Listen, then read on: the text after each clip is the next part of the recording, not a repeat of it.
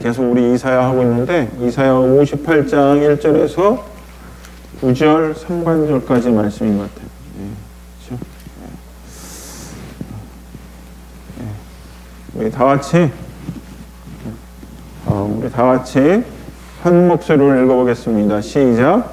크게 외치라. 아끼지 말라. 내 목소리를 나팔같이 날려 내 백성에게 그 허물을 야곱 집에 그 죄를 고하라. 그들이 날마다 나를 찾아 나의 길 갈기를 즐거워하니 마치 이를 행하여 그 하나님의 규례를 폐하지 아니하는 나라 같아서 의로운 판단을 내게 구하며 하나님과 가까이 하기를 즐겨하며 이르기를 우리가 금식하되 주께서 보지 아니하시면 어찌미오며 우리가 마음을 괴롭게 하되 주께서 알아주지 아니하시면 어찌미니까 하느냐. 보라, 너희가 금식하는 날에 오락을 찾아 얻으며 온갖 일을 시키는도다. 보라, 너희가 금식하면서 다투며 싸우며 악한 주먹으로 치는도다. 너희 오늘 금식하는 것은 너희 목소리로 상달케 하려는 것이 아니냐. 이것이 어찌 나의 기뻐하는 금식이 되겠으며 이것이 어찌 하나님을 괴롭게 하는 날이 되겠느냐. 그 머리를 갈대같이 숙이고 붉은 배와 죄를 펴는 것을 어찌 금식이라 여호와께 연락될 날이라 하겠느냐. 나의 기뻐하는 금식은 흉악의 결박을 풀어주며 멍에의 줄을 끌어주며 압제 당하는 자를 자유케 하며 모든 멍에를 꺾는 것이 아니겠느냐. 또 줄인 자에게 내 식물을 나눠주며 유리하는 빈민을 내 집에 들이며 벗은 자를 보며 입히며 또 고륙을 피하여 스스로 숨지 않은 것이 아니겠느냐. 그리하면 내 빛이 아침같이 비칠 것이며 내 치료가 급속할 것이며 내 의가 내 앞에서 행하고 여호와의 영광이 내 뒤에 호리하리니 내가 부를 때에 날 여호와가 응답하겠고 내가 부르짖을 때에 말하기를 내가 여기 있다 하리라. 아멘. 오늘 설교의 제목이 뭔지 아십니까? 이렇게 주보에 보시면 하나님이 기뻐하시는 금식, 하나님이 기뻐하는 금식에 대해서 우리가 말씀을 나누도록 하겠습니다. 하나님은 오늘 이 말씀을 통해서 우리에게 말씀하십니다. 이사야를 통해서 유다 백성들에게 말씀하십니다. 이사야에게 크게 외치라고 얘기하고 있습니다. 무엇을 외치라고 말하고 있습니까? 유다 백성들의 허물과 죄를 외치라고 말하고 있습니다. 유다 백성들의 허물과 죄가 무엇입니까? 유다 백성들이 하나님의 말씀에 반역하고 말씀대로 행하지 않고 그 하나님께 범죄하는 그것을 크게 외치라는 것이죠. 2절 말씀에 보면 그들이 날마다 나를 찾아 나의 길 알기를 즐거워함이 마치 의를 행하여 그 하나님의 규례를 폐하지 아니하는 나라 같아서 의로운 판단을 내게 구하며 하나님과 가까이 하기를 즐겨하며. 이 말씀은 반어적인 표현입니다. 유다 백성들이 그렇게 했다는 것이 아니라 유다 백성들이 하나님 알기를 즐거워하지 않고 하나님께 가까이 하지 않다는 것을 반어적으로 표현하는 것이죠. 아니 너희들이 그렇게 하나님을 언제 하나님을 알았고 언제 하나님을 가까이 했느냐, 그런 일은 절대 없다는 것을 이야기하는 것입니다. 그래서 2절의 말씀을 우리가 문맥적으로 보면 전혀 하지 않았다는 것을 비꼬듯이 지금 이야기하는 거예요. 그러니까 하나님께서 이사야를 통해서 이야기하는 것이죠. 너희들이 유다의 백성들, 나의 하나님의 백성들이지만 너희들이 언제 하나님의 의를 행했고 너희들이 언제 하나님께 가까이 나왔느냐, 너희들이 그렇게 해본 적이 있느냐 라고 이렇게 말씀하신 것입니다. 이런 유다 백성들이 하나님을 향해서 따지듯이 원망하는 말씀이 3절입니다. 3절의 말씀을 이렇게 살펴보면 하나님, 우리가 하나님의 백성인데 우리가 그래도 금식하지 않았습니까? 하나님께 기도하지 않았습니까? 우리가 금식하며 하나님께 기도할 때 우리를 돌아보지 않으시고 금식으로 우리 몸이 힘들고 괴로운데 왜 우리를 알아주지 않습니까? 라고 이렇게 유다 백성들이 하나님께 원망하는 말씀이 3절의 말씀입니다. 율법에 따르면 이스라엘 사회에서 금식하는 때가 있습니다. 1년에 한 번은 꼭 해야 돼요. 우리 이슬람에서는 어떻습니까? 라마단 때 뭐 금식 기간이 있지만 율법에 의하면 꼭 금식하는 날이 있습니다. 그날은 유대력으로 7월 10일 대속죄일에는 모든 백성들이 화제를 드리고 아무 노동도 하지 않고 금식함으로 스스로를 괴롭게 하는 날이었습니다. 근데 이스라엘 자손들이 그날만 금식하는 것이 아니라 때때로 필요에 따라서 또 금식을 정하고 금식을 했습니다. 더욱이 나중에 이스라엘 백성들이 바벨론에 멸망한 후에 무려 70년 동안 그들은 5월과 7월에 날짜를 정해놓고 특별 금식을 했습니다. 이런 금식이라는 게 뭡니까? 자신이 먹을 수 있는 권리를 절제하는 겁니다. 내가 먹을 수 있는 권리가 있어요. 그러나 그거 절제하고 하나님을 생각하면서 하나님께 기도하며 나가는 것이죠. 그러니까 하나님 보시기에 얼마나 기쁜 일이겠습니까? 내가 할 수 있는 거 절제하고 하나님 앞에 나아가는 그 모습을 보면 하나님이 기쁘고 즐거운 일입니다. 자신의 죄를 회개하고 하나님께 돌이키고 기도하는 것, 그거 하나님이 기뻐하시는 일입니다. 유대 백성들은 이렇게 하나님이 기뻐하시는 금식, 그것을 했는데 하나님께서는 응답이 없어요. 전혀 응답하지 않습니다. 아니, 기뻐한다고 생각했는데 하나님께서 오히려 그거 내가 싫어한다, 그거 내가 받지 않는다 라고 말씀하시는 것입니다. 그러니까 유다 백성의 입장에서는 얼마나 당황스럽겠습니까? 그렇지 않겠어요? 자기는 열심으로 하나님을 생각하고 금식하고 하나님을 생각하면서 기도했는데 하나님께서는 그거에 대해서 받지 않으시는 거예요. 그리고 내가 너의 금식을 기뻐하지 않는다고 말씀하고 있습니다. 여러분, 오늘날 우리에게도 만일 유다 백성들처럼 우리도 이렇게 금식하고 때로는 기도하고 찬양하고 예배드리는데 이것을 하나님이 기쁘시다고 한다고 생각하고 우리가 하는데 하나님께서 만일 우리에게 야, 너희들이 하는 거 내가 기뻐하지 않아, 내가 너희들이 그렇게 하는 거 내가 원하지 않아, 그렇게 말씀하시면 얼마나 우리도 당황스럽겠어요. 그렇지 않겠습니까? 우리가 시간을 내서 이 시간에 나왔습니다. 하나님 앞에 나와서 예배를 드립니다. 정말 이것을 하나님이 기뻐하시는 것을 알고 우리가 드렸는데 하나님이 야, 제발 그런 거 하지 마, 제발 그런 예배 드리지 말고 그런 금식하지 마, 그러면 우리에게 큰 충격일 거예요. 유다 백성도 아마 그런 충격을 받았을 것입니다. 아, 하나님을 기쁘게 하기 위해서 내가 해야 했던 것이 오히려 하나님을 짜증나게 하고 싫어한다는 것을 알게 되면 얼마나 큰 충격이었습니까? 그렇다면 유다 백성이 잘못한 것은 없어요. 그 율법에 따라 금식을 했고 더 나아가 필요에 따라서 금식을 했습니다. 그럼에도 불구하고 하나님께서는 자기 백성이 금식하고 기도하는 것에 대해서 기뻐하지 않는다고 말씀하고 있습니다. 왜 기뻐하지 않을까요? 하나님이 금식에 대해서 너무나 기뻐하시는 일인데 지금 유다 백성들이 행하는 금식에 대해서는 기뻐하지 않는다고 말하고 있습니다. 하나님이 유다 백성들이 행한 금식의 형식과 내용보다는 그들의 마음을 보시는 하나님이십니다. 그들의 중심을 보시는 하나님이세요. 그래서 그들의 행한 외적인 모습이 아니라 그들의 중심을 보시고 있다는 것이죠. 하나님이 금식이라는 것 그 자체를 부정하거나 거부하지 않습니다. 금식이라는 게 너무나 유익한 것입니다. 그런데 그 금식한다고 하는 유다 백성들의 마음을 보니까 그 마음이 하나님이 기뻐할 수 없다는 것이죠. 유다 백성이 하나님께 금식을 한다고 말하지만 그의 마음에는 하나님도 없고 하나님을 향한 마음도 없다는 것입니다. 그렇기 때문에 너희들이 아무리 그렇게 금식을 하고 나를 찾아도 나는 그것을 기뻐하지 않는다는 거예요.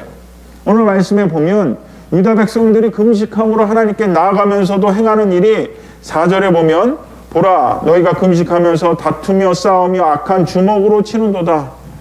여러분, 금식의 목적이 뭐겠습니까? 하나님께 긍휼을 얻고 그의 자비를 구하기 위한 것인데 정작 금식하는 유다 백성들은 자신의 자비를 기대하는 약한 사람들을 억압하고 학대하고 있습니다. 이게 얼마나 모순입니까? 이것만이 아니라 유다 백성들은 이 금식을 통해서 자기의 목적을 이루려고 하는 수단으로 삼았다는 거예요. 어떤 목적입니까? 이 땅에서 잘 먹고 잘 살고 부귀 영화를 누리기 위해서 이것을 위해서 금식을 자신의 수단으로 삼았다는 거예요. 그래서 하나님께 말하기를 하나님 내가 금식했습니다. 내가 하나님께 이렇게 기도했습니다. 그러니까 내가 원하는 것 들어주십시오. 이런 식으로 금식을 했다는 것이죠. 그러니까 금식의 목적이 뭡니까? 이게 하나님을 위해서 하는 것이 아니라 하나님께 기도하는 것이 아니라 내 것을 얻기 위해서 그게 그렇게 위해서 금식을 했다는 것입니다. 4절 하반절에도 유다 백성들이 금식하면서 자기 원하는 것을 외쳤다는 것입니다. 유다 백성들이 금식을 하면서 나쁘고 악한 일을 행할 뿐만 아니라 자기 목적을 위해서 금식하기 때문에 하나님이 기뻐하실 수가 없는 것이죠. 그렇지 않겠습니까? 하나님은 금식 자체를 거부하는 거 아니라고 말씀드렸습니다. 형식적인 금식, 마음이 없는 금식, 그것을 기뻐하지 않는다는 겁니다. 그럼 거꾸로 한번 생각해 보세요. 하나님 기뻐하는 금식은 뭐겠습니까? 마음을 다해서 드리는 금식, 정말 우리의 마음과 중심을 다해서 하나님께 향하는 금식, 그것을 기뻐하는 것이죠. 하나님이 원하는 금식은 형식보다 마음을 다해서 드리는 금식이고요. 보이는 것보다 보여지지 않는 그 마음을 하나님은 보신다는 것이죠. 여러분, 하나님이 기뻐했던 금식들이 성경 여러 곳에 나타나 있습니다. 우리가 여러 곳에 찾을 수 있는데 첫 번째로 찾을 수 있는 것은 지난달에 우리가 에스더를 큐티했습니다. 그때 유다 백성들이 하만의 계략으로 전멸당할 위기에 있었습니다. 에스더를 위시해서 전 유다 백성들이 하나님께 금식하며 기도했습니다. 무슨 기도를 했겠습니까? 하나님 살려주십시오. 우리 민족이 다 죽게 되었습니다. 살려주십시오 하고 하나님께 금식하며 기도했어요. 그랬을 때 하나님께서는 기뻐하시고 위기를 기회로 바꾸셨습니다. 위기를 축복으로 만들어 주셨어요. 유다 백성들을 죽이려고 했던 그 대적들을 오히려 금식하는 그 기도를 들으시고 오히려 원수 갚는 날로 바꿔주시고 그날을 불임절로 하나님께서 삼게 하셨습니다. 이게 금식의 능력이에요. 정말 하나님이 기뻐하셨기 때문에 그 모든 일을 위기에서 기회로 바꿔주셨습니다. 두 번째 보면 꼭 이스라엘 백성들만 금식하는 것을 기뻐하는 것이 아니라 이방 사람들이 금식하는 것도 기뻐하셨어요. 우리가 잘 아는 대로 이방 니느웨 백성들이 하나님 앞에 금식을 했습니다. 요나가 외쳤습니다. 하나님의 심판의 말씀을 외쳤어요. 40일이 지나면 니느웨가 무너지리라.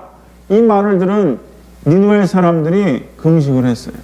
왕에서부터 모든 사람까지 금식했고 또 사람만이 아니라 동물까지도 금식하도록 했습니다. 그리고 하나님의 긍휼과 자비를 위해서 구했습니다. 여러분, 하나님의 백성이 금식하는 거 있을 수 있죠. 근데 이방 사람들이 하나님 앞에 금식을 했어요. 근데 하나님이 그 이방 사람들이 했던 그 금식을 기뻐하셨습니다. 얼마나 기뻐하셨으면 내가 심판하겠다는 그 심판의 말씀을 철회하셨어요. 그리고 심판하지 아니하셨습니다. 이걸 보면 하나님께서 정말 이 금식이라는 거, 하나님 앞에 우리가 먹지 않고 우리가 누릴 권리 포기하고 하나님께 기도하는 것, 회개하는 것 얼마나 기뻐하는지를 우리가 알 수 있습니다. 또 세 번째로 우리가 살펴볼 것은 악한 왕 중에 한 사람이었던 아합이라는 사람이 있습니다. 북이스라엘에 아합이라는 왕이 있습니다. 이세벨의 남편이었고요. 바알과 아세라를 따랐던 왕이었습니다. 그리고 사마리아 왕궁 옆에 있는 나봇의 포도원을 취했던 사람이었어요. 거짓 증인 세워가지고 그것을 강제로 자기 것으로 만들었습니다. 이런 아합에게 하나님이 엘리야를 통해서 심판의 메시지를 전했습니다. 개들이 나봇의 피를 핥은 곳에서 개들이 너의 피, 너의 몸의 피를 핥을 것이고 너에게 속한 남자는 모두 다 죽고 망한다. 아주 멸망의 메시지를 전했습니다. 그런데 아합이 그 하나님 앞에 회개하며 나갔어요. 마음을 겸비하고 회개하며 금식하며 나갔습니다. 정말 이런 악한 왕도 회개하며 금식하며 나갔을 때 하나님께서 그것을 기쁘게 받으셨어요. 그래서 하나님이 아합의 겸비함과 금식하심을 보시고 그 재앙을 아합의 때가 아니라 아합의 아들 시대에 내리겠다고 말씀하고 있습니다. 이런 걸 보면 하나님이 정말 겸비하고 우리 마음을 겸손하게 하고 하나님 앞에 회개하고 금식하는 것이 얼마나 기뻐하는지를 알 수 있습니다. 그럼에도 불구하고 유다 백성들은 금식의 모양은 있었어요. 금식의 형식은 있었습니다. 그러나 그 마음이 없었어요. 하나님에 대한 마음이 없었습니다.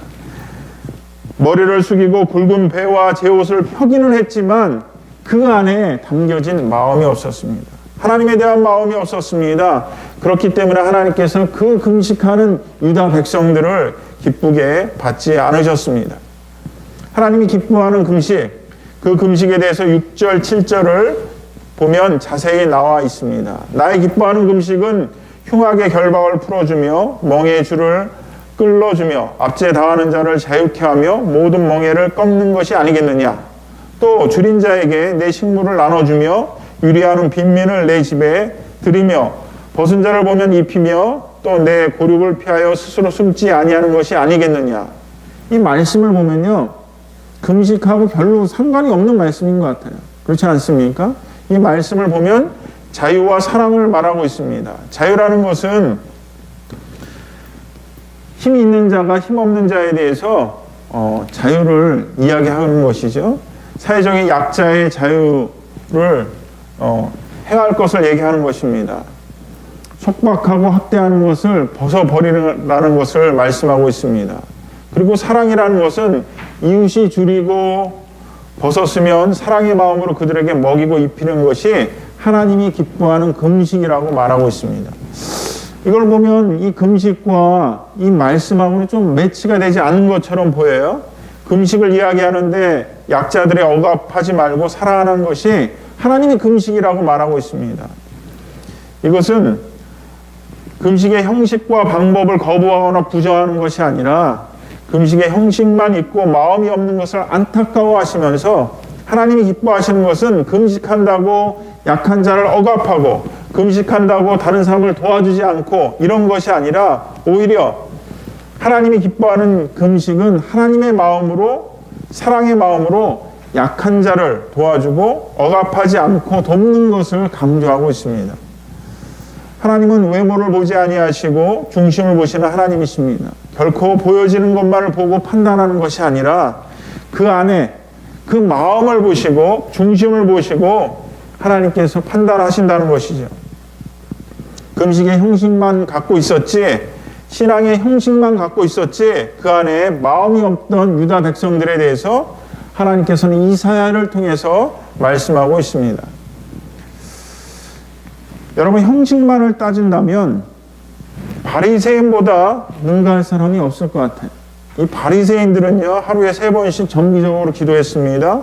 일주일에도 한두 번씩 금식했습니다. 정말 말씀대로 살려던 사람이었습니다. 그렇기 때문에 많은 사람들이 바리새인들을 향해서 칭찬과 존경을 했던 사람이었습니다. 그런데 예수님은 이 바리새인들에 대해서 아주 책망을 했습니다. 화 있을진저 바리새인들이여 하면서 여러 번 책망을 했습니다. 예수님이 책망하신 이유가 뭐겠습니까? 그들은 기도도 하고 금식하면서도 그 마음이 없었다는 것이죠. 하나님에 대한 사랑의 마음이 없었고 하나님 마음, 또 이웃에 대한 마음이 없었다는 것이죠. 형식은 있지만 그 안에 중심에 마음이 없었기 때문에 예수님께서 바리새인들을 책망하시고 또 꾸짖는 것을 보게 됩니다. 사랑하는 성도 여러분, 하나님이 기뻐하시는 금식은 구체적으로 실제적인 내용이 담겨져 있어야 되는 것이죠. 형식만 있어서는 되지 않습니다. 그 안에 마음이 담겨져 있어야 되는 것입니다. 그 마음을 가지고 형제들을 사랑하고 형제들을 섬기는 것을 이야기하고 있습니다. 야고보서를 보면 경건에 대해서도 이야기하고 있습니다. 우리가 경건하면 그냥 거룩하게 생활하는 것, 아니면 경건하면 기도 많이 하는 것, 성경 많이 보는 것, 그렇게 생각할 수 있지만 예수님의 동생 야고보 선생님이 말하는 경건은, 하나님 아버지 앞에서 정결하고 더러움이 없는 경건은 곧 고아와 과부를 그 환난 중에 돌아보고 또 자기를 지켜 세속에 물들지 않으려는 이것이니라. 여러분, 경건한 사람이 성경 백독했다고 경건한 사람이 아니라, 하루에 많은 시간을 기도했다고 경건한 사람이 아니라, 야고보가 말하는 것은 고아와 과부와 같은 힘없고 약한 사람들을 돌아보는 것, 또 자기 자신을 세상 정욕과 유혹에 물들지 않게 지켜가는 사람이 바로 경건한 사람이라고 말하고 있습니다. 오해하지 마십시오. 제가 뭐 성경 읽지 말고 기도하지 말라는 것이 아닙니다. 경건의 기초는 하나님의 마음으로, 하나님의 사랑으로 연약한 자를 돌보고 돕는 것이라는 것을 강조하고 싶습니다. 아무리 경건하다고 말하면서 우리가 신앙의 행위들은 많이 있지만 그 안에 마음이 빠져 있으면, 하나님 사랑의 마음, 이웃 사랑의 마음이 빠져 있으면 그 사람은 경건과 거리가 먼다는 것이죠. 예수 믿는 사람들 중에도 간혹 이런 사람들이 있습니다. 제가 아는 목사님 교회에 이런 분이 있었어요. 어떤 분이 있었냐면 참 이분이 예배는 잘 드립니다. 예배 와서 이렇게 예배 드리고 모임은 잘 참석하는데, 그런데 이게 사랑의 마음이 없는 거예요. 남에게 나눠주는 마음이 없고 또 함께 하려는 마음이 없는 거예요. 그 사람이 없느냐? 없으면 우리가 어쩔 수가 없잖아요. 그렇지만 있는 거는 너무나 많은 거예요. 벤츠도 타고 다니고 사업도 잘 되고, 그래서 누구보다도 잘 나눌 수 있는 사람인데 구제와 선교에 전혀 관심이 없다는 거예요. 그래서 이 사람이 관심은 그저 예배 드리고 주일날 한번 예배 드리는 것으로 만족하고 가는 거예요. 그리고 늘 관심은 무슨 차를 사야 되는지, 무슨 집을 지어야 되는지, 이런 것에만 관심이 있고 명품에만 관심이 있는 거예요. 그러니까 이분들하고 얘기하면, 항상 교인들이 얘기하면 늘 주눅 드는 거예요. 자기는 명품이 뭐 있고 이렇게 얘기하는. 그래서 이분들이 그렇게 많은 돈을 갖고 있어서 좀 나눠주고 교회 선교하고 구제하면 얼마나 좋겠습니까? 그런 데는 너무 인색하는 거예요. 그래서 오히려 이분들이 교회에 걸림돌이 돼요.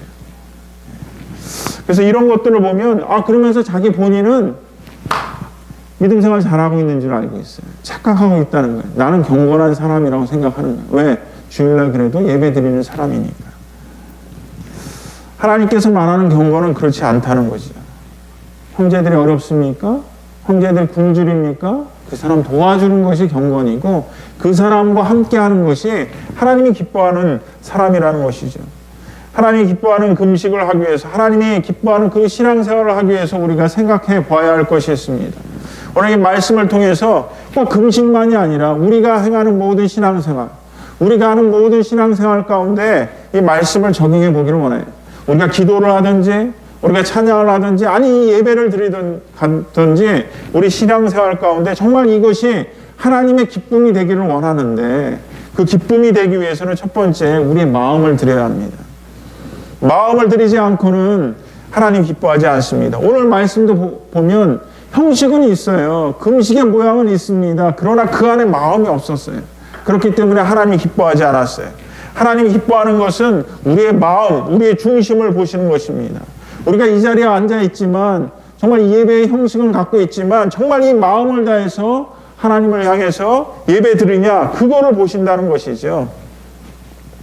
그렇기 때문에 우리가 마음을 다해서 하나님께 드리는 것을 원합니다. 그러니까 마음을 다해서 우리가 드릴 때 하나님이 기뻐하시는 것이죠. 사람들은 모릅니다. 다른 사람들은 나를 잘 모를 수 있어요. 여기 와 있으니까 다 예배 잘 드리고 하나님 앞에 예배를 마음을 다해서 드린 것처럼 다 생각할 수 있을지 모르지만, 하나님은 그렇지 않다는 거죠. 하나님은 우리 마음과 중심을 보시는 것입니다. 그렇기 때문에 우리가 자꾸 보이는 것에 치중하지 말아야 합니다. 너무 보이는 것에 너무 치중하다 보면 우리 자꾸 우리 마음을 빼앗기는 경우들이 종종 있습니다. 우리 예배도 마찬가지죠. 예배도 마찬가지. 우리가 우리 안에 성가대가 있는 것도 아니고 찬양대가 있는 것도 아닙니다. 어떻게 보면 큰 교회에 비하면 우리가 아주 초라한 예배일 수 있습니다. 보이는 것은 초라해 보일지 모르지만 하나님이 보시는 것은 이 예배의 형식이 아니라 이 예배를 드리는 우리 마음 중심을 보신다는 것이죠. 정말 우리 마음의 신령과 진정으로 하나님 앞에 예배 드리는 자, 그 사람을 하나님이 기뻐하시는 것입니다. 아무리 좋은 찬양대가 있고 아무리 많은 사람들이 모인 곳에 있을지라도 그곳에 내 마음이 빠져 있으면, 그곳에 내가 하나님께 드리는 그 마음 빠져 있으면 하나님 기뻐하지 않는다는 거예요. 선교지에 가면 이걸 분명히 느낄 수 있습니다. 선교지에 가면 뭐 몇 사람이 모입니까? 한두 사람이 모여서 이렇게 예배를 드리는데요. 그 마음이 얼마나 뜨거운지 모릅니다. 그때 마음에 평안함이 있고요. 즐거움이 있고요. 성령의 기름 부으심이 넘치는 것을 우리가 느낄 수 있습니다. 그렇기 때문에 여러분들이 마음으로 하나님 앞에 나아가야 합니다. 이 예배도 마찬가지죠. 우리가 마음으로 예배를 드리기 위해서 무엇보다도 우리가 준비해야 되지 않겠습니까? 예배에 대한 준비를 가지고 그 말씀을 의지하고 신령과 진정으로 예배하는 저와 여러분이 되기를 원합니다. 두 번째로 우리가 생각할 것은 하나님이 기뻐하시는 것은 신앙과 삶을 구별하지 않는 것입니다. 하나님이 원하시는 것은 신앙과 삶이 하나 되는 것을 원하는 거예요. 일치하는 것을 원하는 것입니다. 교회 안에서의 생활, 교회 밖에서의 생활, 이것이 따로따로 떨어져서 살아가지 말라는 것이죠. 주일날 하나님 앞에 교회에서 예배드리는 그 삶이나 아니면 세상 바깥에서 살아가는 삶이나 그거 구별하지 말라는 것입니다. 하나님의 자녀는 신앙과 삶이 하나 된다는 것이죠. 일체해야 된다는 것입니다. 내가 금식할 때 하나님 내 금식을 받아주십시오. 나는 이렇게 잘하고 있습니다. 그래놓고 뒤에 가서는 악한 일, 나쁜 일 행하는 그런 사람 되지 말라는 것입니다. 오히려 하나님 앞에서나 세상 앞에서나 우리가 구별 없이 신앙과 삶이 구별하지 않고 다 똑같아야 된다는 것이죠. 어떻게 보면요, 우리의 신앙이 언제 드러납니까? 우리의 신앙, 내가 정말 내 신앙을 알고 싶으면 하나님 앞에서 예배 드릴 때는 우리는 드러나지 않아요. 다 우리 신앙이 다 좋아 보입니다. 다 만족해 보여요. 그러나 정말 나의 신앙의 모습, 내 수준이 어떤 건가를 알고 싶으면 세상 속에 나의 모습을 보면 되는 거예요. 직장 속에서 나의 모습을 보면 되는 것이고요. 가정 속에서 나의 모습을 보면 내 신앙이 어떤 모습인지를 알 수 있습니다. 내가 정말 아내로서, 남편으로서, 아버지로서, 자녀로서 제대로 살고 있는지 그걸 보면 알 수 있어요. 다 교회 안에서 이 예배 드릴 때는 다 거룩하고 다 경건해 보이지만 정말 우리의 나의 모습은 세상 속에 있을 때 그 모습이 진정한 나의 모습입니다. 그렇기 때문에 하나님께서는 우리에게 세상 속의 빛과 소금의 역할을 감당하기를 원하시는 것입니다. 또 세 번째로 우리가 생각해 볼 것은 금식으로 자기의 목적을 구하는 데 사용하지 말라는 것이죠. 기복주의를 우리는 경계해야 되는 것입니다.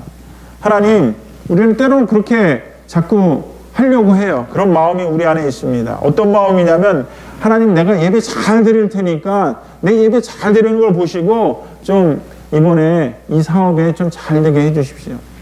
내가 이번에 일주일 동안 새벽 기도 잘 드릴 테니까 하나님 나에게 건강을 회복시켜 주십시오. 아니, 내가 이번에 성경, 하나님 원하는 거 성경 통독 한번 다 할 테니까 이번에 나에게 물질을 그냥 부어주십시오. 이런 것들이죠. 이게 뭡니까? 유다 백성들이 했던 거하고 똑같은 거예요. 하나님, 내가 이거 할 테니까 하나님 나의 원하는 거 주십시오.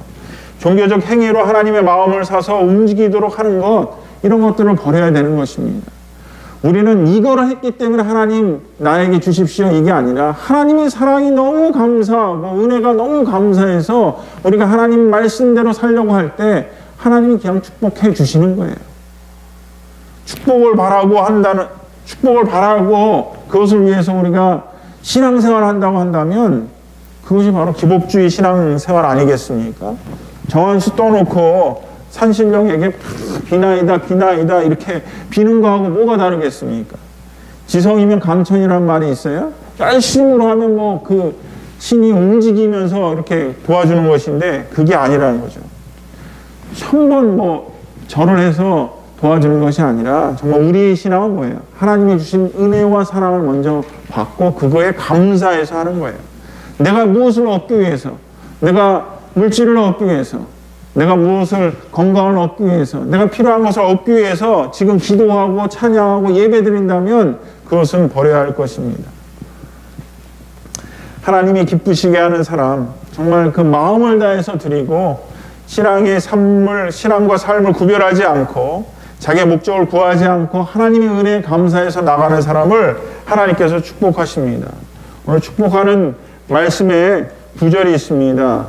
그 구절이 오늘 말씀에 보면 8절의 말씀입니다. 그리하면 너가 정말 하나님의 마음으로 이렇게 드리면 내 빛이 아침같이 비칠 것이고 내 치료가 급속할 것이며 내 의가 내 앞에 행하고 여호와의 영광이 내 뒤에 호위하리니 내가 부를 때에 나 여호와가 응답하겠고 내가 부르짖을 때에 말하기를 내가 여기 있다 하리라. 여러분, 이 말씀은 우리가 원하는 말씀 아니겠습니까? 참 이런 축복 받고 싶지 않습니까? 하나님께서 빛을 주시고요, 치료의 광선으로 우리를 치유해 주시고요, 하나님께서 우리를 호위해 주시고요, 우리가 기도하고 부르면 언제든지 응답해 주시는 하나님이십니다. 이런 하나님 얼마나 은혜스러운 하나님이십니까? 이런 하나님의 놀라운 축복을 받기 위해서는 정말 하나님이 기쁘시게 하는 것들을 우리가 먼저 해야 할 것입니다. 주일 예배를 하나님께 우리가 기쁘시게 하는 예배로 드리기를 원합니다. 오늘 금식의 말씀이지만 우리가 한번 예배를 통해서 한번 생각해 보면 우리 주일 예배도 그렇지 않겠어요? 우리가 주일 예배를 하나님이 기쁘시는 예배로 하기 위해서는 몸만이 아니라 마음을 드리는 예배죠. 마음을 드리는 예배는요, 결코 예배를 준비하는 사람들이 마음을 드리는 예배. 여러분, 마음이 있으면요, 준비하게 돼 있어요. 그렇잖아요. 내가 어떤 것에 마음이 생기면 준비하게 돼 있습니다. 여러분, 이 예배를 마음으로 드리고 싶으면 준비해야 됩니다. 어떤 준비를 해야 됩니까? 예배 준비를 하는 것이죠. 그래서 예배 시간 늦지 않도록 우리가 하는 것이고, 주일날 아침에 다 바쁘죠. 힘듭니다. 이 주일날 아침 10분은 평일에 1시간처럼 이렇게 느껴질 때가 있어요. 그렇지만 이 예배 시간을 우리가 정해놨으니까 늦지 않도록 하고, 또 우리가 기도로 준비하는 것이죠. 헌금도 미리미리 준비하고, 또 그 예배의 모든 아침에 일어날 요소들, 또 아침에 싸울 것들, 이런 요소들이 있으면 그런 것들 다 마음에 두고 예배를 준비하는 거예요. 그래서 주일날 아침에 포커스는 오로지 하나님 앞에 예배 드리는 거에 우리가 맞춰가는 거죠. 화내고 싶어도 주일날 다 예배 드리고 오후에 화내도 돼요. 근데 괜히 마귀는 그 주일 예배 앞에 화내게 만들더라고요. 그래서 그렇게 화내서 예배에 집중하지 못하도록 하는데, 우리가 그렇게 마음을 먹는 거예요. 주일날 마음으로 드리는데 예배를 준비해야 되겠다.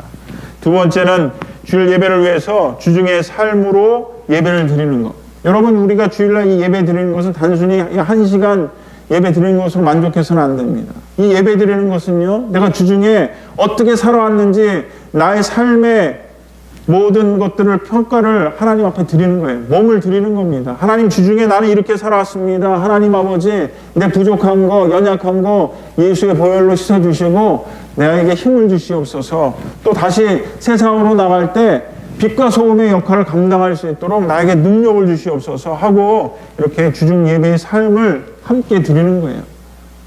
그래서 하나님 원하시는 것은 주일 예배 1시간 이 예배만이 아니라 우리 주중에서도 예배 드리는 마음으로 살아가는 것을 원하는 거죠.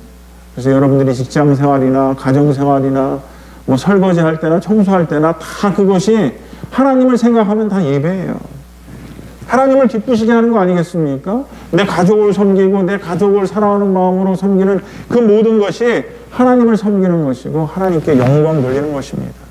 그렇기 때문에 우리가 주중에서도 늘 예배의 마음으로 살고, 또 주일날 그 말씀을 우리가 잊기가 쉽습니다.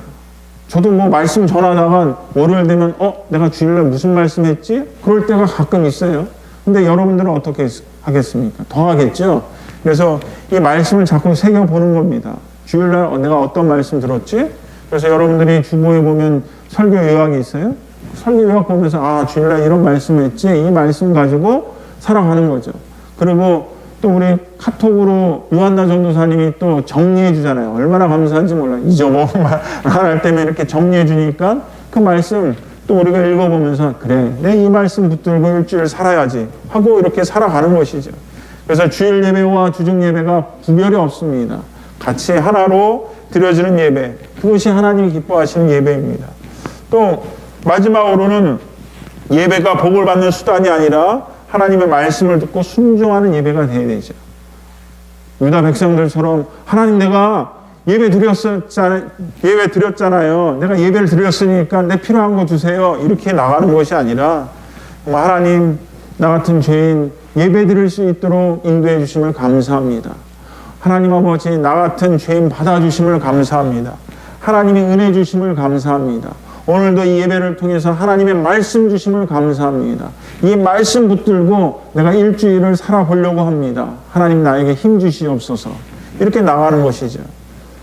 사랑하는 성도 여러분, 우리 모두가 신앙생활을 하면서 형식에만 너무 몰두하는 것이 아니라 정말 우리가 마음을 다해서 하나님 앞에 나가기를 원합니다. 그리고 그 마음을 다해서 나갈 때 우리 주변에 있는 이웃들을 함께 살펴보기를 원합니다. 내가 도와야 할 사람이 누군지, 내가 보살펴야 할 사람이 누군지, 내가 섬겨야 할 사람이 누군지 그 사람들을 섬겨가면서 우리가 하나님 앞에 나아갈 때 하나님이 우리를 기뻐하실 것입니다. 우리가 말과 행함이 함께하고 우리가 몸과 마음을 드림으로 하나님을 기쁘시게 하는 저와 여러분이 되기를 주님의 이름으로 축원드립니다. 아멘.